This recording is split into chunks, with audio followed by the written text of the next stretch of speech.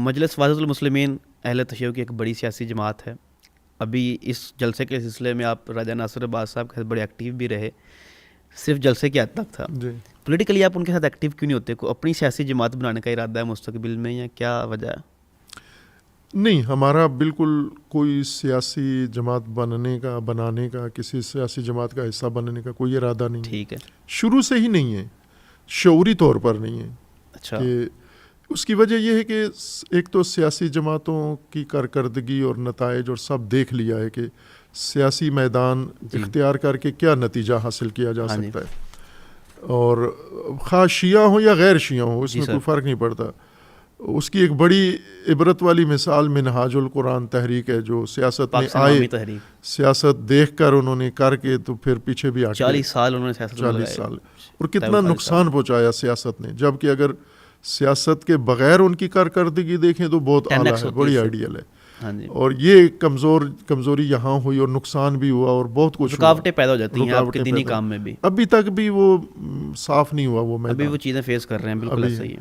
تو ہم بھی نہیں چاہتے تھے کہ سیاست میں جائیں, اور سیاست کا میدان ہی ایسا ہے کہ اس میں کوئی امکان ہی نہیں ہے. تو ہم نے اس لیے تعلیم کا میدان اختیار کیا کہ تعلیم کے ذریعے ہم جتنے مقاصد ہم چاہتے ہیں, امت سازی ہے تو تعلیم کے ذریعے, تربیت کے ذریعے, شعور کے ذریعے, بیداری کے ذریعے, اتحاد ہے, وحدت ہے. تو جو سیاسی جماعتیں ابھی ہیں سیاست کے اندر ہیں, تو آپ دیکھ لیں کہ وہ سیاست میں بیٹھ کر کیا نتائج حاصل کیے ہیں انہوں نے. تو ہم اگر ہوتے تو ہم نے بھی وہی دن دیکھنا. پاکستان کا سیاسی نظام ہی کچھ نہیں, اس پہ ہم بات کریں گے بڑا لمبا ہو جائے گا. اتنا انتخابی نظام کسی قابل ہے کہ انسان اپنی اظہار رائے بھی کر سکے یہاں پہ, وہ محفوظ ہی نہیں ہے. 100 چیزیں ہیں, اس پہ بڑا لمبا ہو جائے گا. آپ کی بالکل گفتگو بہت اس پہ اچھی تھی. اگر ہم سر فتح اور کامیابی کو دیکھیں تو دنیا فتح کامیابی کو تعبیر کرتی ہے غلبے کے ساتھ, طاقت کے ساتھ, کہ اگر آپ کو کامیابی مل گئی ہے پھر ہی آپ فاتح ہیں. لیکن اگر ہم امام حسین کو دیکھیں اور واقعہ کربلا کو دیکھیں تو ظاہری طور پر تو عسکری کامیابی نہیں حاصل ہوئی, نہ کوئی سیاسی کامیابی حاصل ہوئی. اس کے باوجود آج اگر دیکھیں تو کامیاب کون تھا؟ امام حسین ہی تھے. تو واقعہ کربلا نے کامیابی ناکامی کے پیمانوں کو کیسے بدل دیا. اور ہوتا یہ ہے کہ ایک جملہ میرے ذہن میں آ رہا ہے کہ قاتل جو ہوتا ہے وہ زندہ رہتا ہے, مقتول قتل ہو جاتا ہے. لیکن اس واقعے کے بعد تو الٹ ہو گیا, جو مقتول تھا وہ آج بھی زندہ ہے, قاتل کا کوئی نام لینے والا نہیں ہے. تو یہ پیمانے کیسے بدل گئے؟ ایسا ہی ہے. دیکھیں دنیا میں نا, آج کی دنیا ہے وہ, یا امام حسین علیہ الصلوۃ والسلام کے زمانے کی دنیا ہو, رسول اللہ صلی اللہ علیہ وآلہ وسلم کے زمانے کی دنیا ہو, 2 پیمانے ہیں, 2 معیار ہیں دنیا کے سامنے. ایک ہے مقاصد اور دوسرا ہے مفاد. ٹھیک ہے. کہ کچھ لوگ ہیں جو اس مقاصد کی خاطر اصول ہیں, ان کے اصولی لوگ, اصول پرست لوگ, وہ اصول وحی کے ذریعے, اللہ کے دین کے ذریعے ان تک پہنچے ہوں, لیکن انہوں نے ان اصولوں کو ہی پکڑنا ہے. ٹھیک ہے. اور دوسرے ان کے مقابلے میں ہوتے ہیں جو اصولوں کو نہیں دیکھتے, مفادات کو دیکھتے ہیں. تو یہ سلسلہ آپ کو نظر آئے گا پوری تاریخ کے اندر. اصول پرست لوگ جن کا موقف, جن کی جنگ, جن کی صلح, جن کا اقدام سب اصول کی بنیاد پر ہے.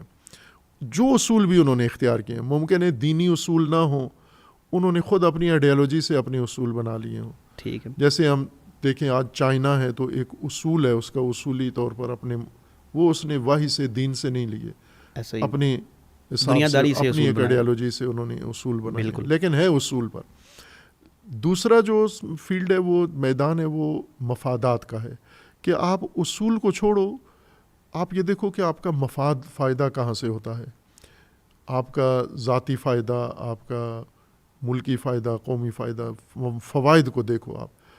جیسا ہم پاکستان میں دیکھتے ہیں سیاست ہوتی ہے تو کچھ لوگ ایسے ہوتے ہیں کہ ہر الیکشن میں ایک نئی جماعت میں کھڑے ہوتے ہیں, الیکٹیبلز.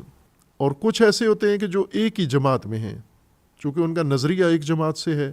صحیح. تو وہ اسی جماعت کے ساتھ رہیں گے, ہاریں تو بھی اسی میں ہیں, جیتیں تو بھی اسی میں. یہ اصولی لوگ ہیں. اصول ضروری نہیں ہے کہ ان کے ٹھیک ہوں, اصول ضروری نہیں ہے کہ ان کے دین سے لیے گئے ہوں, لیکن یہ طبقہ بندی دونوں طرف ہے، اصولی لوگ اور مفاد والے لوگ. مفاد والے لوگ ہمیشہ ہار جیت ان کے ہاں پیمانہ فائدہ ہے، نقصان نفع اور نقصان ہے، سود و زیاں، کہ ہمارا نقصان ہوا ہے یا ہمارا فائدہ ہوا ہے. تو اگر نقصان ہو تو کہتے ہیں شکست ہو گئی ہے، اگر فائدہ ہو تو وہ کہتے ہیں ہماری فتح ہو گئی. لیکن اصولی لوگوں کے لیے فائدہ نقصان، سود و زیاں، یہ کامیابی ناکامی کا معیار نہیں ہے. علامہ اقبال کے بقول کے برترس اندیشہ سود و زیاں زندگی، یعنی زندگی فکر سود و زیاں سے بالاتر ہے کبھی جان کبھی تسلیم جان ہے زندگی. کہ کبھی جان بچانا زندگی ہے، کبھی جان دینا زندگی ہے. چونکہ سود و زیاں میں تو جان دینا ہمیشہ نقصان ہے، شکست ہے، لیکن یہ آئیڈیالوجی یا اسٹریٹجی ایسی کہ جس میں جان دینا بھی کامیابی ہے، یہ اس وقت ہے کہ جب آپ اصولی طور پر دیکھ رہے ہو، اس کو اصولوں کے اندر دیکھ رہے ہو. تو اصولوں کے اندر جو بنیادی اصول ہیں دین کے بھی اور انسانیت کے بھی، وہ ویلیوز، جن کو ہم اپنی زبان میں ویلیوز کہتے ہیں، اردو میں جن کو اقدار کہتے ہیں، قدریں، ویلیوز ہیں، یہ اصول ہے اصل میں. ان اصولوں کو اگر آپ مد نظر رکھیں اور اصولوں کے اوپر قائم رہیں آپ، اور پھر ان اصولوں کے اوپر قائم رہنے میں آپ کو بہت نقصان ہو رہا ہے، زیاں ہی زیاں ہے، لیکن اصول آپ نے پکڑے ہوئے ہیں، اصول نہیں چھوڑے، تو آپ کامیاب ہیں. لیکن اگر آپ نے اصول چھوڑ دیے اور فائدے اٹھا لیے، اصول چھوڑ کے فائدے اٹھا لیے، تو مفاد پرست بن گئے، تو پھر آپ ناکام ہیں. جی. حبیب جالب کو بڑے انقلابی شاعر، بڑے باشعور شاعر تھے وہ. تو ان کا یہ شعر ہے، یہ معروف ان کا شعر ہے کہ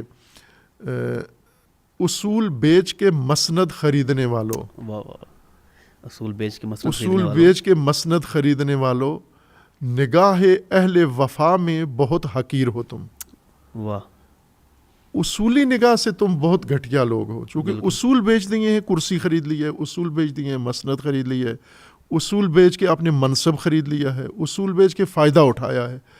تو یہ دو منطق ہیں، یہ دو فلسفی ہیں کہ آپ کا پیمانہ ترازو کیا ہے. کہ اگر آپ سود و زیاں کے پیمانے سے سوچ دیکھتے ہو تو پھر فتح اور شکست کا اور نتیجہ ہوگا. لیکن اگر آپ اصولوں کو بنیاد قرار دیتے ہو، پھر فتح شکست کا نتیجہ اور ہوگا. تو کربلا میں اصول تھے، اصل میں امام حسین علیہ السلام کے اصول تھے کہ ظالم کے سامنے تسلیم نہیں ہونا، ظالم کی بیعت نہیں کرنی، یہ اصول ہے. اب ظالم کے بیعت کے انکار سے ہمارا نقصان ہوتا ہے یا فائدہ ہوتا ہے، یہ پیمانہ نہیں ہے. نقصان ہوتا ہے تو بھی ہم نے ظالم کی بیعت نہیں کرنی، فائدہ ہوتا ہے تو بھی ہم نے ظالم کی بیعت نہیں کرنی ہے. جان بچتی ہے تو بھی نہیں کرنی، جان جاتی ہے تو بھی نہیں کرنی ہے. یہ اصول ہے، یہ ضابطہ ہے. تو پھر فتح ناکامی اور فتح کا یہ پیمانہ ہو جاتا ہے کہ اگر آپ اصولوں پہ قائم رہے، جو بھی نتیجہ ہے ہارچے باد آباد، جو ہونا ہے ہو جائے، لیکن اصول نہیں چھوڑیں گے تو پھر آپ فاتح ہیں. ٹھیک ہے. اور اگر آپ اصولی لوگ ہیں اور آپ اصول نہیں بچا سکے، اصول پہ قائم نہیں رہ سکے، تو پھر آپ نے شکست کھائی ہے. بے شک آپ بچ گئے ہو، آپ کی جان نہیں گئی، لیکن آپ نے اصول چھوڑ دیا، سارا کچھ بچ گیا، لیکن پھر آپ کو شکست ہو گئی. تو یہ پیمانہ تاریخ میں اسی طرح ہے، اور یہ لوگوں کے ضمیر کے اندر ہے یہ پیمانہ کہ فاتح کون ہے. آج کسی کو بھی پوچھیں تو وہ امام حسین کو ہی فاتح قرار دیتا ہے، کوئی بھی نہیں کہتا، چونکہ اس کو یزید کو تو کوئی کہہ نہیں سکتا، کوئی نہیں کہتا، سوچتا نہیں ہے، سوچ بھی نہیں تو سکتا. اصولوں کے اوپر اگر قائم رہیں تو وہی چیز آج بھی ہمیں نظر آئی ہے. ایران اور امریکہ مر کے میں بھی وہی کربلا ریپیٹ ہو گئی. فتح ایران فاتح ہے، اتنا نقصان اٹھا کے پھر بھی، کیونکہ اصولوں پہ کمپرومائز نہیں کیا. بالکل ٹھیک ہے.